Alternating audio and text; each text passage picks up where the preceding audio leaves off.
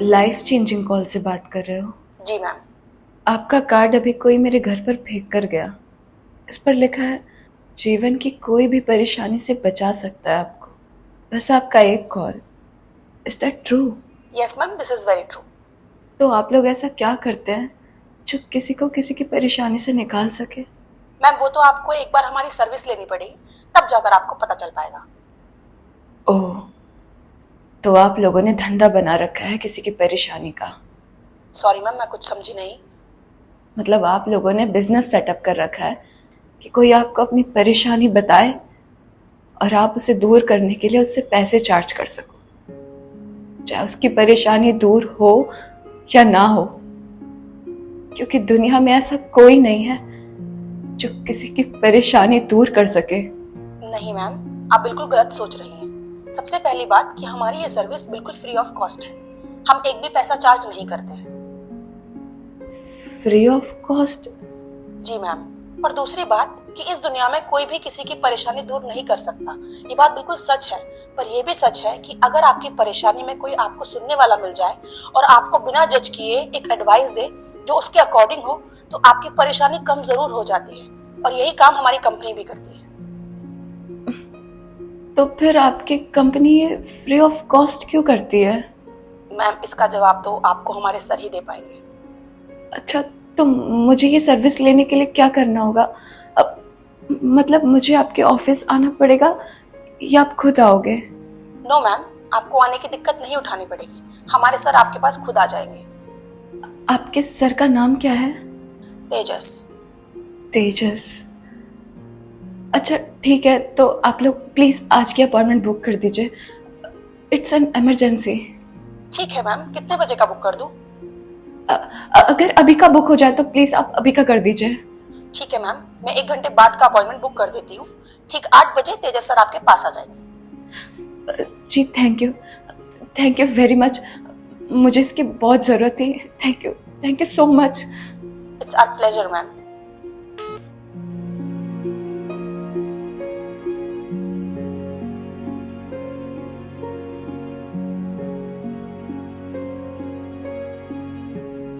Hello ma'am, life changing call से मैं तेजस। जी आइए, अंदर आइए।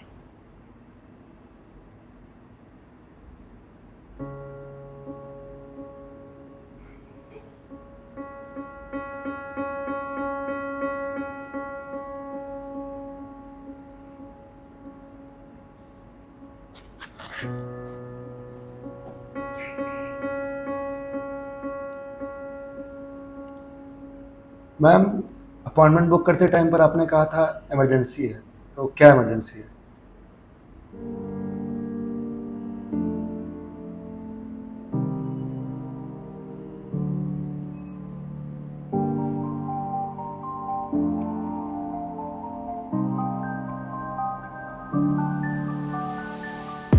मेरा मरने का दिल कर रहा है। मरने का दिल कर रहा है, मगर क्यों? मेरी जिंदगी बर्बाद हो गई है। मेरे साथ बहुत बड़ा धोखा हुआ है। ऐसा क्या हुआ है मैम? आज 14 अक्टूबर 2024 है और आज के दिन मेरी सगाई होनी थी मेरे लव ऑफ लाइफ विवान के साथ। पर एक हफ्ते पहले मुझे एक अननोन नंबर से कॉल आया और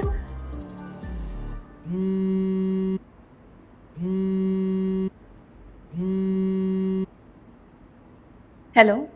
तेरा बंदा जिससे तू एंगेजमेंट करने जा रहे है वो तुझे चीट कर रहा है। क्या बकवास कर रहे हो? कौन तुम? मैं कौन हूँ वो छोड़ तू बस इस बात पर फोकस कर कि तेरा बंदा तुझे चीट कर रहा है। अच्छा, मैं तुम्हारी बात का क्यों विश्वास करूं? क्या सबूत है तुम्हारे पास कि मेरा बंदा मुझे चीट कर रहा है? ठीक है, तुझे सबूत चाहिए तो अभी तुम गार्डन जाओ, जाकर खुद अपनी आंखों से देख ले। तेरा बंदा अभी किसी और के साथ मिलेगा तुझे।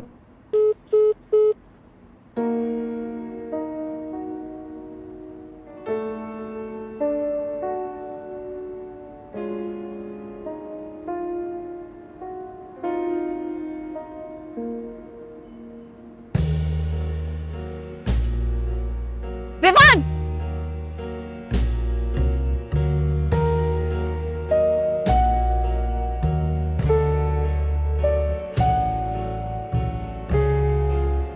संस्कृति, तू यहाँ क्या कर रही है?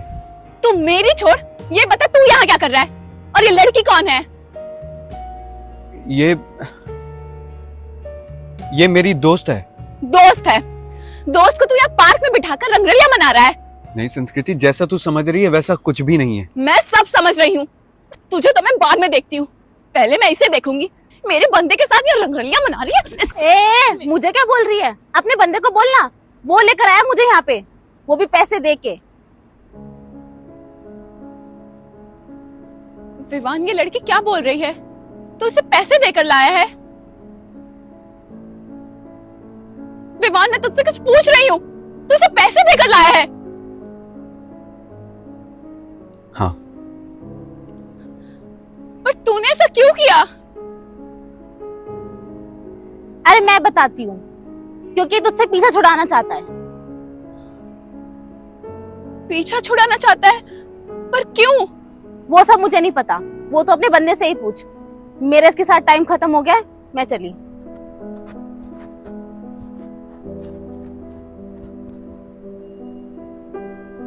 विवान, ये लड़की क्या बोल कर गई? तो मुझसे पीछा छुड़ाना चाहता है?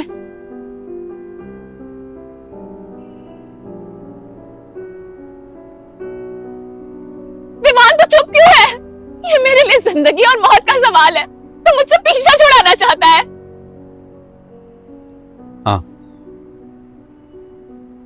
मगर तू मुझसे पीछा क्यों छुड़ाना चाहता है? क्योंकि मुझे तेरे साथ एंगेजमेंट नहीं करनी। एंगेजमेंट नहीं करना चाहता? मगर क्यों? क्योंकि मैं अब तुझसे प्यार नहीं करता। प्यार नहीं करता? विवान, एक हफ्ते बाद हमारी सगाई है। यही तो दिक्कत है संस्कृति, यही तो दिक्कत है कि एक हफ्ते बाद हमारी सगाई और मुझे ये सगाई नहीं करनी। अरे सगाई नहीं करनी थी तो हाँ क्यों बोला? मना कर देते। कितनी बार कोशिश की, कितनी बार, पर तू सुनती ही तो नहीं है। मैंने तुझसे कितनी बार बात करने की कोशिश की, कितनी बार तुझे बताना चाहा, पर तू सुनती ही नहीं है संस्कृति, सुनती ही नहीं। बचपन से आज तक तूने कभी मेरी बात सुनी है? हमारी बचपन की दोस्ती थी, तुझे लगा कि ये प्यार है, तो तूने मेरे अंदर ये भरना शुरू कर दिया कि हम दोनों दोस्त नहीं है, हम दोनों एक दूसरे के लिए बने। और मैं बेवकूफ ये मान भी बैठा कि हम दोनों एक दूसरे के लिए बने। स्कूल के बाद जिस कॉलेज में तू गई उस कॉलेज में तू मुझे ले गई। जो स्ट्रीम तूने चुना वही स्ट्रीम तूने मुझे भी लेने को कहा। तूने हर बार मुझे कन्विंस करा कि जो तू मेरे लिए सोच रही है वही सही है। और अब ये एंगेजमेंट, तुझे लगा कि ये राइट टाइम है एंगेजमेंट के लिए, तो तू मुझे फिर से कन्विंस करने लगी कि अभी उम्र निकल जाएगी तो एंगेजमेंट कर लेते हैं, अगले साल शादी कर लेंगे, उसके अगले साल बच्चे कर लेंगे। बच्चे? सीरियसली बच्चे संस्कृति? तू बच्चों तक पहुंच गई। तूने एक बार भी मुझसे पूछा कि मुझे क्या चाहिए? तूने एक बार भी पूछा कि मैं क्या चाहता हूं? मैं एंगेजमेंट करना चाहता हूं या नहीं, मैं शादी करना चाहता हूं या नहीं, या मैं बच्चे चाहता हूं या नहीं? नहीं यार, मैं नहीं चाहता, नहीं चाहता मैं बच्चे। तुझे क्या लगा कि तेरा कोई वेल विशर है जो तुझे फोन करके बताएगा मेरे बारे में? नहीं, वो मैं था जिसने तुझे फोन किया था।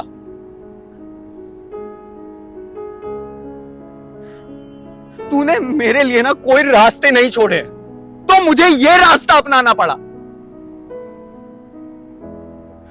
मुझे नहीं रहना तेरे साथ, मैं बस तुझसे अपना पीछा छुड़वाना चाहता हूं। नहीं करता मैं प्यार तेरे से,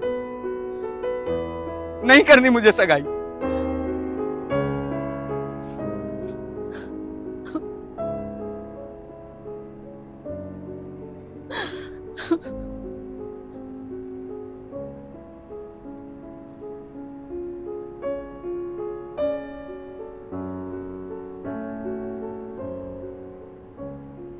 विवान को मुझसे पीछा छुड़ाने के लिए यही रास्ता मिला? मुझसे पीछा? मैं आज तक समझ नहीं पाई वो मुझसे पीछा छुड़ाना ही क्यों चाहता था। उसके बाद मैंने उसे कितने कॉल्स मैसेजेस किए, मगर उसने मुझे हर जगह से ब्लॉक कर दिया। और यहां तक कि मैं उसके घर भी गई, मगर उसके घर वालों ने कहा विवान मुझसे मिलना नहीं चाहता। मुझे समझ नहीं आता कि मेरी क्या गलती थी, मैंने क्या किया ऐसा।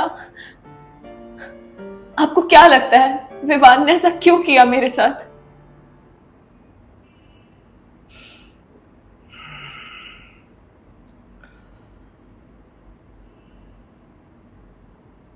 मैम, विवान किस नेचर का लड़का था? वो बहुत ही शांत, समझदार, पहले किसी भी बात को सुनकर समझकर उसके बाद रिएक्ट करता था। और आप किस नेचर की लड़की हैं? मैं पहले किसी बात को सुनकर रिएक्ट करती हूँ, उसके बाद सोचती हूँ। मतलब विवान से ठीक उल्टा। हाँ, मगर यही तो खूबसूरती थी हमारे रिलेशन की। मैम, ऐसा आप सोचती हैं ना, क्या पता विवान ऐसा नहीं सोचता हो।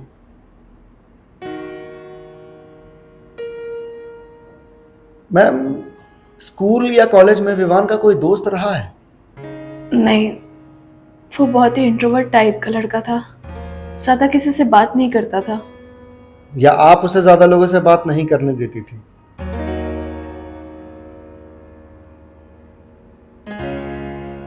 मैम, स्कूल या कॉलेज में विवान का बेंच पार्टनर कौन था? मैं थी। मतलब स्कूल हो या कॉलेज हो, विवान की बेंच पार्टनर आप थे, आपके साथ वो बेंच शेयर करता था? हाँ, यहाँ तक कि बस में भी हम दोनों साथ बैठते थे। मुझे लगता है आप जिस ऑफिस में जॉब करते हैं विवान भी वहीं जॉब करता होगा। हाँ, मगर आपको कैसे पता? मुझे लगा ही था।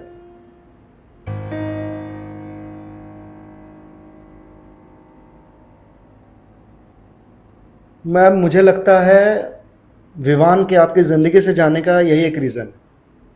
उसे लगने लगा होगा कि उसके जीवन में जो हो रहा है वो नहीं कर रहा, वो आप कर रही हैं, वो बस कंट्रोल हो रहा है। मैम, आपने जितना मुझे बताया, अगर मैं उस बेसिस पर बात करूं तो मुझे लगता है ऑफिस में भी उसका आपके अलावा कोई और दोस्त नहीं होगा। हाँ, क्योंकि वो इंट्रोवर्ट टाइप का लड़का था, उसे ज्यादा दोस्त बनाना नहीं आता। दोस्त बनाने नहीं आते या आपने बनाने नहीं दिए?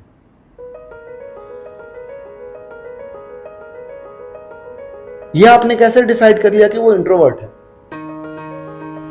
आपने अपने अलावा उसे किसी और से बात करते हुए नहीं देखा, इसलिए आपने मान लिया कि वो इंट्रोवर्ट है।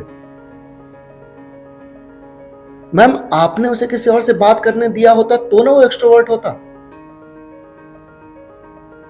स्कूल हो या कॉलेज हो या अब ऑफिस, आपने उसे कंट्रोल कर रखा है।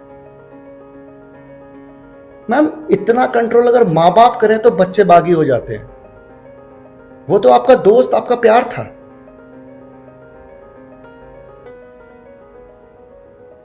मैम, विवान अब आपकी जिंदगी में वापस नहीं आए। आप उसके बिना जीना सीख लीजिए, जिंदगी में आगे बढ़िए। मैं विवान के बिना अपनी जिंदगी नहीं सोच सकती। बचपन से लेकर आज तक उसके अलावा मैंने किसी और के बारे में सोचा भी नहीं है। मैं उसके बिना नहीं जी पाऊंगी। उसके अलावा मेरा और कोई नहीं है। मैम, विवान चला गया है तो क्या हुआ? आपकी फैमिली है, उनके लिए जीना सीखो। फैमिली के नाम पर बस माँ है। पापा तो 4 साल पहले ही गुजर गए। फिर तो मैम आपकी जिम्मेदारी और ज्यादा बढ़ जाती है, क्योंकि आपकी मां के लिए सिर्फ आप हैं। आप हैं उनका इकलौता सहारा। आप उनके लिए जीना सीखो। नहीं, मैं विवान के बिना नहीं जी पाऊंगी। मैं नहीं जी पाऊंगी उसके बिना। मैम, इस दुनिया में ऐसा कोई नहीं है जिसके बिना कोई जी नहीं सकता है। एक बात बताओ, आप क्या आप अपने पापा से प्यार नहीं करती थी? हाँ, करती थी। तो फिर जब उनका मरना आपको नहीं मारा, तो फिर विवान का जाना आपको कैसे मार सकता है?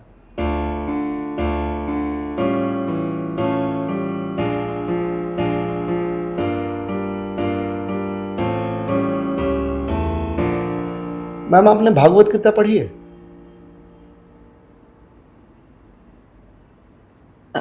नहीं। मैम, जब आप भागवत गीता पढ़ोगी ना, तो आपको पता चलेगा कि जीवन में कुछ भी परमानेंट नहीं है। जो आज है वो कल नहीं होगा। हम अपने शरीर का ही एग्जाम्पल लेते हैं। क्या हमारा शरीर जैसे अभी है वैसे बचपन में था, या वैसे ही बुढ़ापे में होगा?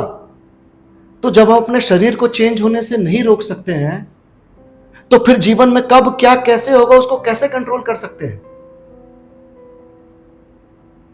मैम, श्री कृष्ण कहते हैं कि बदलाव प्रकृति का नियम है। जो अभी है वो अगले पल नहीं होगा। तो जब बदलाव प्रकृति का नियम है, तो फिर ऐसे नियम के लिए क्यों दुखी होना? मैम, जो नहीं बदलता है वो है हमारी आत्मा। शरीर बदल जाता है पर आत्मा वही रहती है। और आपने अपनी आत्मा को ही दुखी कर रखा है। आप जो ये अपनी लाइफ में कर रही हो शराब और सिगरेट से, क्या उससे आप अपनी आत्मा को बहुत संतुष्टि पहुंचा रही हो? नहीं। मैम, आपने अभी थोड़ी देर पहले कहा कि आप अपनी जिंदगी को खत्म कर देना चाहती हो। क्या ये जिंदगी आपकी है? आपने दी है खुद को अपनी ये जिंदगी। तो जब आपने खुद को अपनी जिंदगी ये नहीं दी है, तो फिर आप खुद कैसे खत्म कर सकती हो? क्या कभी आपने अपनी मां के बारे में सोचा है कि आपके जाने के बाद आपकी मां का क्या होगा? मैम, ये जीवन है। जीवन में उतार चढ़ाव आते रहते हैं।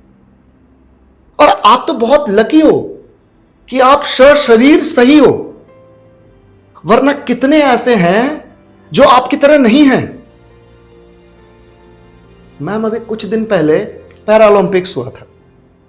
उसमें गोल्ड, सिल्वर, ब्रॉन्ज जीतने वाले, छोड़िए जीतने वाले, पार्टिसिपेट करने वालों को आपने देखा है? किसी के हाथ नहीं थे, किसी के पांव नहीं थे, किसी की आंखें नहीं थी। फिर भी वो लोग जीवन से लड़कर वहां तक पहुंचे थे। तो जब वो अपने जीवन से लड़कर वहां तक पहुंच सकते हैं, आप तो शरीर सही सलामत हो।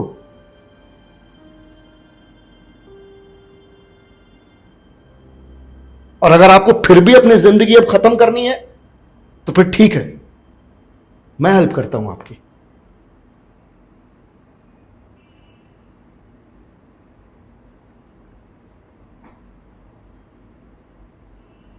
ये लीजिए मैम, खत्म कर लीजिए अपनी लाइफ।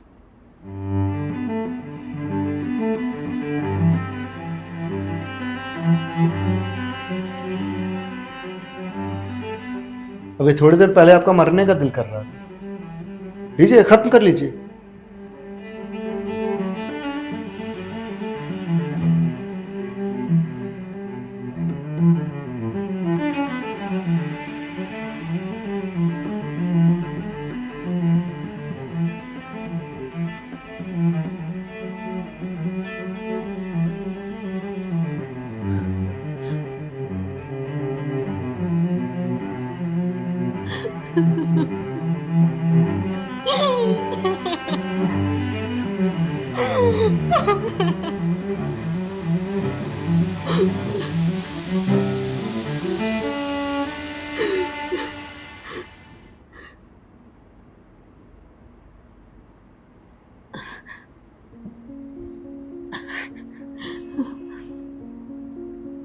नहीं तेजस,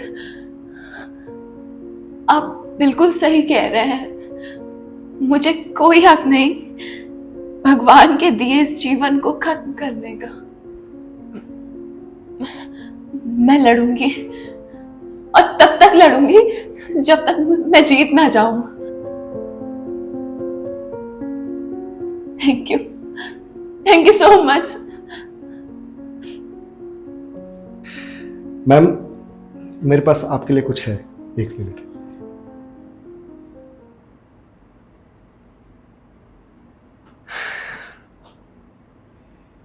मैम, ये आपके लिए।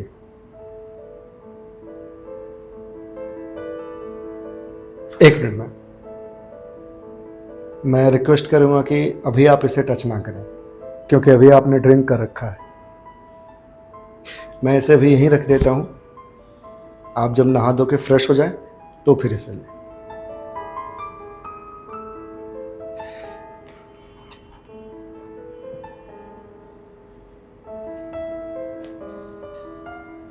ठीक है मैम, तो फिर मैं चलता हूं। 1 मिनट, आपने बताया नहीं आप इतना अच्छा काम फ्री ऑफ कॉस्ट क्यों करते हैं?